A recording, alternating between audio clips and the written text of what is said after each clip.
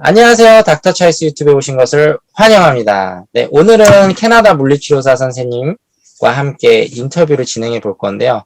그동안 캐나다라는 곳은 저희가 절대 이제 넘사벽이었죠. 절대 갈 수 없는 곳이라고 생각했던 곳인데 현재 일하고 있으신 물리치료사 선생님과 인터뷰를 진행해 보도록 하겠습니다. 선생님 안녕하세요. 안녕하세요.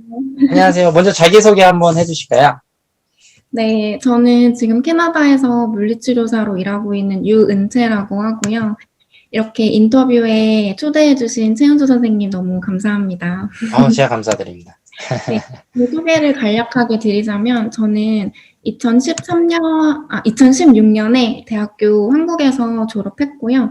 그리고 나서 2년 동안은 서울에 있는 대학병원에서 물리치료사로 2년 동안 일했습니다. 그게 한국에서의 커리어랑 제 그 학력 사항이고요. 이제 전 세브란스 병원에서 2년 동안 물리치료사로 일을 했었는데, 세브란스에서 일하면서 이제 캐나다 물리치료사에 관심이 생겨서 찾아보고 준비하게 됐었거든요.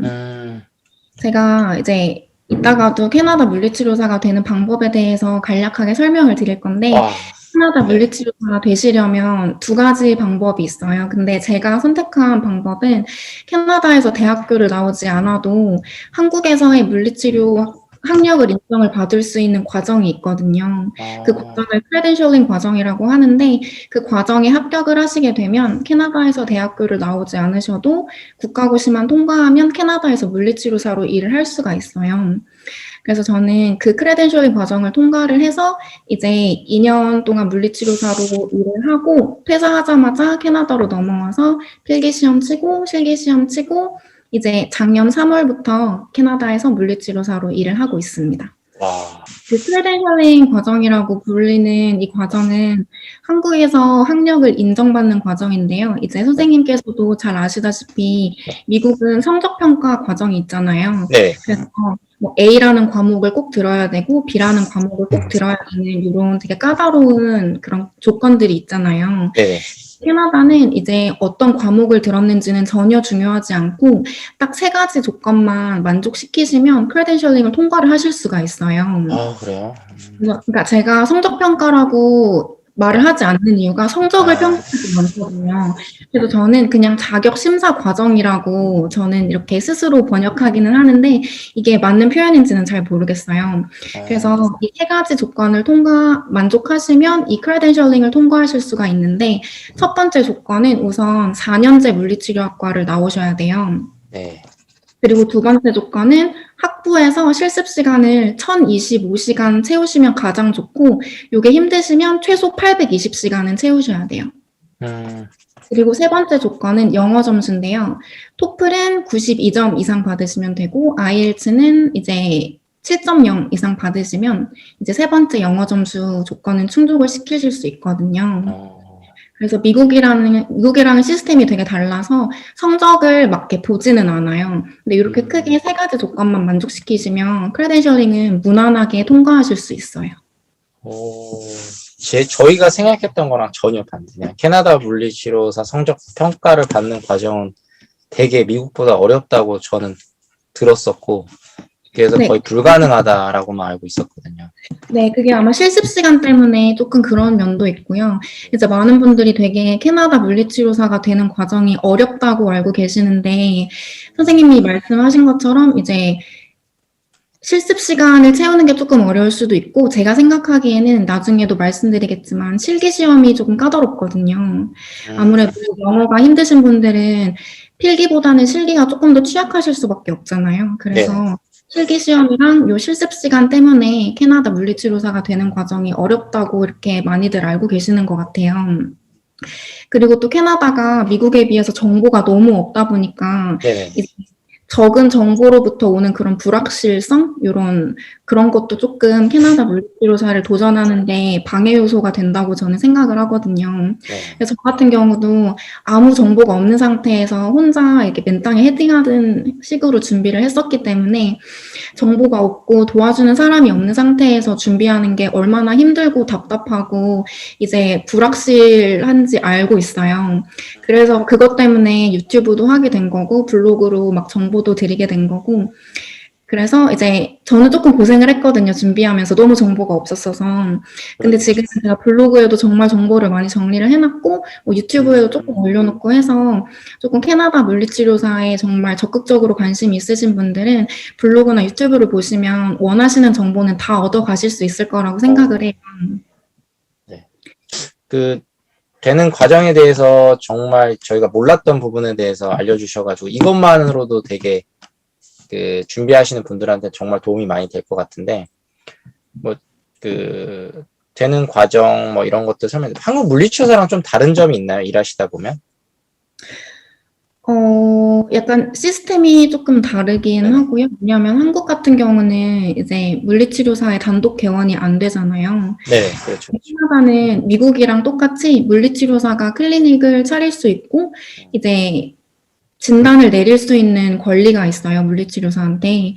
그래서 의사를 끼지 않아도 그냥 물리치료사가 환자를 보고 진단을 내리고 자기 진단에 맞춰서 치료를 진행할 수 있는 그런 시스템적인 차이가 조금 있는 것 같아요. 그리고 저 같은 경우는 작년 3월에 커리어를 시작했을 때는 클리닉에서 일을 했었고 지금은 병원에서 일하고 있거든요. 네. 근데 클리닉도 그렇고 병원도 그렇고 이제 RA나 PTA 같은 개념이 있어요. RA는 병원에서 쓰는 용어인데 Rehabilitation Assistant라고 하거든요. 재활보조 치료사 개념인데 말 그대로 물리치료사를 도와주는 개념이에요. 그래서 제가 이제 환자 평가를 하고 나면 이제 치료를 진행을 해야 되잖아요. 그 치료 같은 경우는 RA 선생님들한테 맡기고 저는 조금 평가에 집중할 수 있고 RA 선생님들은 조금 치료에 집중해 주시고 그런 식으로 물리치료사를 도와주는 포지션이 꼭 있어요. 병원에는 RA가 있고 클리닉에서는 PTA는 다들 알고 계시잖아요. 피지오테라피 어시스턴트의 줄임말인데 PTA가 있어서 병원에서 일하시든 클리닉에서 일하시든 항상 도와주는 사람이 있어요. 그래서 업무 강도가 조금 조절이 되죠. 한국의 시스템에서보다. 그런 시스템이 이제 조금 다른 것 같아요. 그 RA라고 하면 전 처음 들어봤는데 그러면 저희는 미국에서 에이드라고 불리는데 제가 뭐 치료는 못 하고요. 근데 여기서도 RA는 치료가 가능한 거죠. 네네네. 네. 그래서 이제 용어가 다른 이유가 피지오테라피스트 같은 경우는 regulated 돼 있잖아요. 그러니까 말 그대로 라이센스를 따는 직업이잖아요. 네. 그래서 그 용어 같은 것도 딱 정해져 있어요. 선생님도 아시다시피. 네. 뭐 피지오테라피스트 아니면 피지컬 테라피스트 이렇게 딱 정해져 있는데 네. RA나 PTA나 이런 보조사들은 regulated professional 그게 아니기 때문에 이제 부르는 사람들 마음이거든요. RA라고 부를 수도 있고 PTA라고 부를 수도 있고 OTA라고 부를 수도 있고 뭐 그런 식으로 다 불릴 수 있어요. 그래서 딱 정해진 용어가 없어요. 아, 그렇구나. 왜냐면 저희 한국에서는 전혀 이제 그런 직업군이 없기 때문에 전 항상 한국도 저희가 언제쯤은 물리치료사로서 물리치료를 처방하고 그리고 또 그런 어시스턴트들과 함께 일할 수 있는 그런 제도가 이제 확립이 될까라는 이제 생각을 하는데 거의 힘들 것 같다는 생각은 하거든요. 열심히 뭐 저희가 노력은 해야겠지만 좀 아쉬운 점이 있지만 나름도 제도권 안에서 저희가 최선을 다하고는 있습니다. 그리고 더 열심히 제도를 바꾸기 위해서 노력하시는 분들도 있는 걸로 알고 있고요. 그래서 한국도 계속 발전이 되고 있지만 이런 해외 물리치료사들이랑 또 그 해외 협회들, 물리치료사 협회들이랑 같이 이렇게 긴밀하게 공조하면서 이런 제도적인 거를 또 개선해 나가면 정말 좋겠다는 생각을 하고 있어요. 네. 그러면 그 캐나다 물리치료에서 다른 점도 좀 얘기를 해주셨고, 그리고 거기서 생활하시면서 되게 뭐 이렇게 좀 어떠신가요? 좀 뭐 힘드시거나 뭐 그렇게 아니 난 한국과 비교 너무 좋다, 뭐 꿈이나 계획 이런 것들이 좀 개인적인 그런 게 있나요? 일단 캐나다라는 나라 자체가 되게 조용하고 네네. 경쟁이 좀 적고 네네. 약간 한국이나 미국은 조금 자본주의의 색깔이 짙은 나라잖아요. 맞습니다. 근데 캐나다는 이제 병원비도 안 내거든요. 다 병원 정부 소속이어서 이제 약간 사회주의 시스템이 이제 적용이 되어 있는 나라예요. 그래서 그렇기 때문에 뭐 병원비도 안 내고 대신에 이제 병원을 이용할 때 정말 아픈 사람들만 병원을 이용해요. 여기 비용을 안 내는 거는 굉장히 좋죠. 왜냐면 내가 아플 때 병원비도 안 내도 되고 수술비도 안 내도 되고 뭐 엑스레이, MRI 이런 거 찍을 때 비용이 전혀 발생하지 않는 점은 굉장히 좋은데 하염없이 기다려야 되는 그런 게 가끔은 답답할 수 있어요. 그래서 이제 한국식의 그런 빠른 시스템이나 정말 친절한 서비스가 너무너무 좋으신 분들 있잖아요. 네. 그런 분들은 캐나다에서 와서 사시면 조금 불편하실 수 있고요. 사실 저희 같은 젊은 사람들은 병원을 이용할 일이 그렇게 많지는 않잖아요. 네. 근데 사실 인생사가 어떻게 될지도 모르는 거고 급하게 병이 생겨서 병원을 이용할 일이 생길 수도 있는 거고 아니면은 뭐 뼈가 부러져서 응급실을 갈 경우도 생길 수 있잖아요.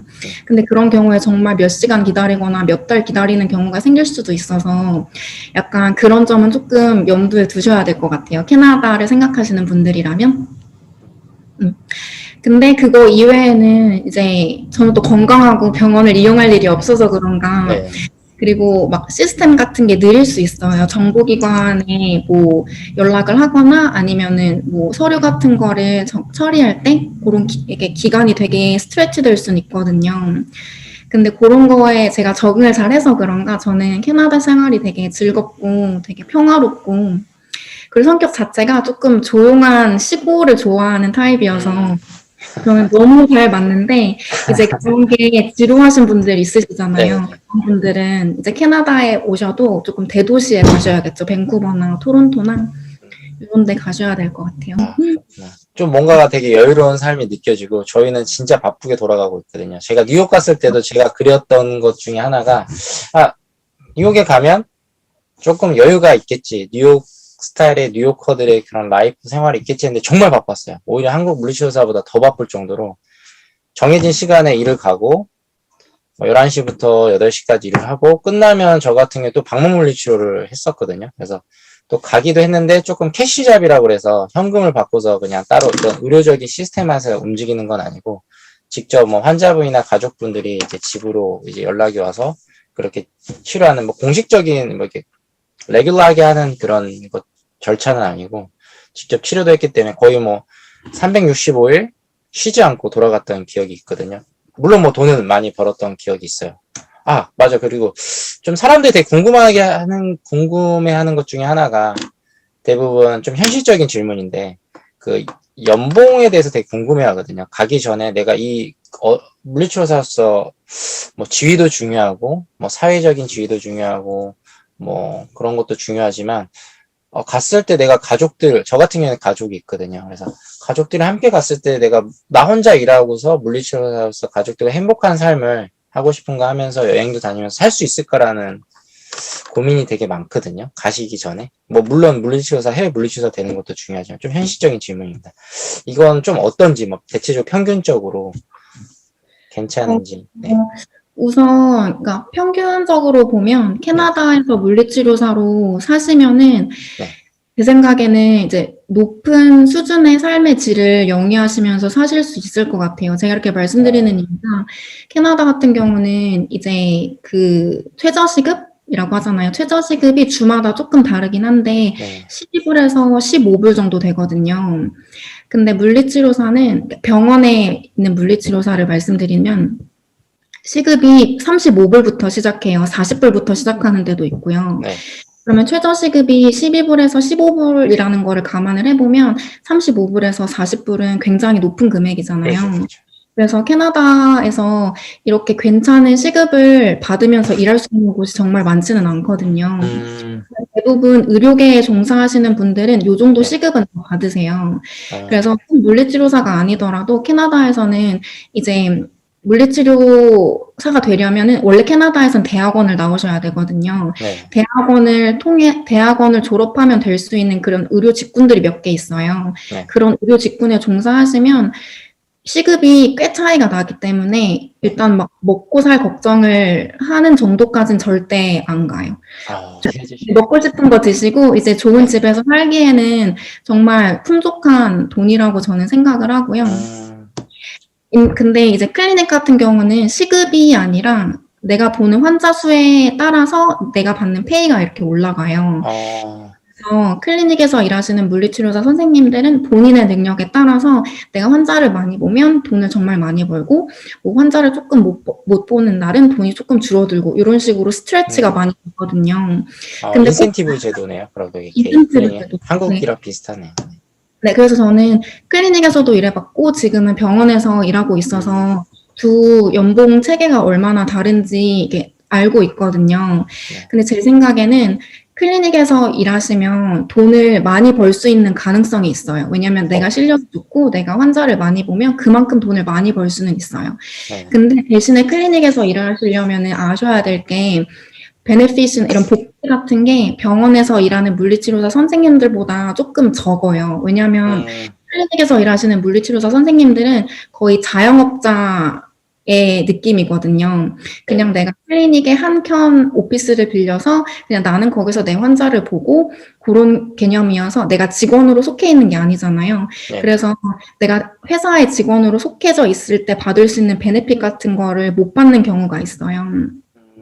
근데 병원 같은 경우는 이제 복지가 굉장히 좋아서 내가 아프면 일을 안 나가도 돼요. 대신에 돈은 똑같이 받거든요. 일을 출근한 날이랑 병가를 낸 날이랑 돈을 똑같이 받고, 뭐 1년에 휴가 갈 수 있는 것도 20일부터 20일 동안 1년에 휴가를 갈 수 있어요.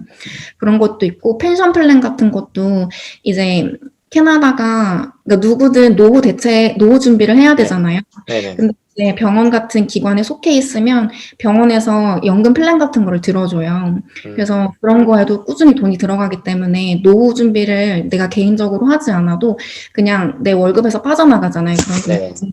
그래서 그런 복지가 병원에서 일하시면 더 탄탄해요. 그렇죠, 그래서 그렇죠. 본인의 라이프 스타일을 한번 생각을 해보시고 나는 뭐 노후 대책 안 해도 되고 그냥 지금 당장 돈 많이 버는 게 좋다 이러신 분들은 클리닉이 조금 맞으실 거고, 아니면 조금 안정적인 게 좋고 환자 수 몇 명 보는지 계산하는 게 너무 머리 아플 수 있잖아요. 네. 그런 게 머리 아프신 분들은 병원에서 일하시면 되고, 그래서 굉장히 달라요. 클리닉에서 일하는 물리치료사랑 병원에서 일하는 물리치료사가 역할도 굉장히 다르고요. 그 일하는 스타일도 굉장히 달라서 같은 물리치료사지만 다른 역량을 요구를 해요. 그래서 그런 부분 되게 얘기할 거리가 많거든요. 물리치료사로서 좀 앞으로 어떤 계획이라든지 뭐 꿈이라든지 뭐 클리닉을 운영해보고 싶다든지 그런 게 있나요? 우선 저는 그러니까 네. 클리닉보다는 병원이 조금 제가 더 바라던 물리치료사의 모습이어서 네네. 병원에서 계속 커리어를 쌓아갈 것 같아요. 지금 그래요? 생각으로는. 클리닉에서 일했을 때 이제 조금 더 캐주얼한 분위기잖아요. 클리닉은. 네네. 되게 재밌었어요. 이게 환자들이랑 소통도 많이 하고 조금 일이 힘들진 않잖아요. 클리닉은. 네네. 되게 재밌고, 그러니까 노는 것처럼 되게 재밌게 일했거든요. 네네. 근데 일하면서 약간 마음 한구석에는 병원에서 일을 하고 싶다는 생각이 계속 있는 거예요. 정말 아픈 사람들을 도와주면서 그런 사람들한테 의미 있는 치료사가 되고 싶다는 생각이 계속 있었어서 이번에 병원으로 이직을 하게 된 거거든요. 근데 병원에서 일하면 조금 몸은 더 힘들어요. 왜냐하면 다들 이제 그 모빌리티가 별로 좋진 않으시잖아요. 그렇기 때문에 병원에 계신 거고. 전체적인 모빌리티를 말씀하시는 거잖아요. 그쵸? 네네네. 네. 그래서 모빌리티가 안 좋으신 분들이 정말 많으시고 정말 아프신 분들이잖아요. 네. 그냥 이제 메디컬 이슈들을 되게 많이 갖고 있는 분들이 병원에 오시다 보니까 네네. 이제 신체적으로 서포트를 해야 될 일이 많아서 조금 신체적으로 힘들기는 한데, 저는 이런 게 제가 하고 싶었던 일이고 조금 더 의미 있는 치료를 하고 싶다는 생각이 계속 있어서 병원에서 계속 커리어를 쌓아 나갈 것 같아요. 네. 그리고 한국에서도 2년 동안 병원에서 일했었고, 그냥 병원이 그냥 저한테 조금 더 적성적으로 맞다는 생각이 들거든요. 그래서 클리닉은 뭐 이제 나중에 기회가 되면은 뭐 이제 안 하지는 않겠지만 지금 생각으로는 병원에서 일하면서 이제 교육도 조금씩 듣고, 아직은 제가 경력이 짧은 물리치료사이기 때문에 제가 스페셜티가 있다고 생각하지 않거든요. 네. 그리고 제가 지금은 경력이 짧기 때문에 벌써부터 이렇게 딱 스페셜티를 정해서 그 부분만 공부하고 싶지도 않아요. 그냥 여러 분야를 많이 공부를 하고 그러다가 이제 흥미가 생기는 분야가 생기면 그 분야를 조금 집중적으로 공부를 하고 싶은 마음은 있긴 한데 지금은 갓 커리어를 시작한 물리치료사답게 그냥 조금씩 여러 분야를 공부를 해보면서 병원에서 아픈 분들 도와주면서 그렇게 일을 하고 싶어요. 아, 좋습니다. 아, 뭐 제가 볼 때는 그 꿈을 하나하나 이루고 있는 과정들이 뭐 되게 저는 지금 되게 긴 여정을 가고 있다고 생각하는데 이 짧은 시간 속에서 많은 걸 이루고 계시고 또 이룰 거라고 또 이렇게 느껴지고 있거든요. 그래서 이루실 수 있을 것 같고 그리고 그리고 네네. 커리어 밖에서는 이제 제가 앞에서도 말씀드렸던 것처럼 맨땅에 헤딩하듯이 준비를 했어서 되게 고생을 했었거든요. 네. 그래서 블로그도 하고 유튜브도 하고 있는 이유가 조금 캐나다 물리치료사의 가능성을 발견하신 분이 계시면 그런 분들을 도와드리고 어, 싶어서 네, 네. 시작하게 된 거예요. 너무 좋습니다. 그래서 이제 한국 분들이 많이 캐나다에 오셔서 캐나다 물리치료사 저는 굉장히 좋다고 생각하거든요. 네네. 그래서 그분들께 많은 가능성을 보여드리고 싶고 또 많이 도와드리고 싶고 이런 아, 게 커리어 밖에서 이루고 싶은 계획 중에 하나예요. 제 친구 한 명이 지금 거기 캐나다에서 물리치료사인데 마사지 테라피스트로 하다가 뭐 과정이 있다고 하더라고요. 물리치료사로 이렇게 전향되는 과정을 거치고 있다고 하는데 선생님을 미리 알았었으면 그 친구도 쉽게 가지 않았을까라는 생각이 드는데 너무 도움이 많이 될 것 같고 너무 이렇게 인터뷰에 응해주셔서 너무 감사드리고요. 또 제가 이렇게 사전에 이렇게 궁금한 것들을 이제 피드백을 받으면 선생님을 연결시켜드리고 또 한번 진짜 궁금한 것들이 이렇게 교집합이 되면 다시 한번 인터뷰를 요청해도 되겠죠, 선생님? 그럼 네, 감사합니다. 뭐 PPT가 제가 볼 땐 전혀 필요 없는 인터뷰였고 네. 상세하게 차근차근 설명해서 너무 감사드리고요. 오늘 곧 주말이죠? 네. 네, 주말 또 행복한 시간 보내시고 저도 오늘 일요일 주말이기 때문에 또 가족들이랑 행복한 시간 보내도록 하겠습니다. 자, 그러면 네. 하나, 둘, 셋 하면서 인터뷰를 감사합니다 하면서 마치도록 할게요, 선생님. 하나, 둘, 셋. 감사합니다. 감사합니다.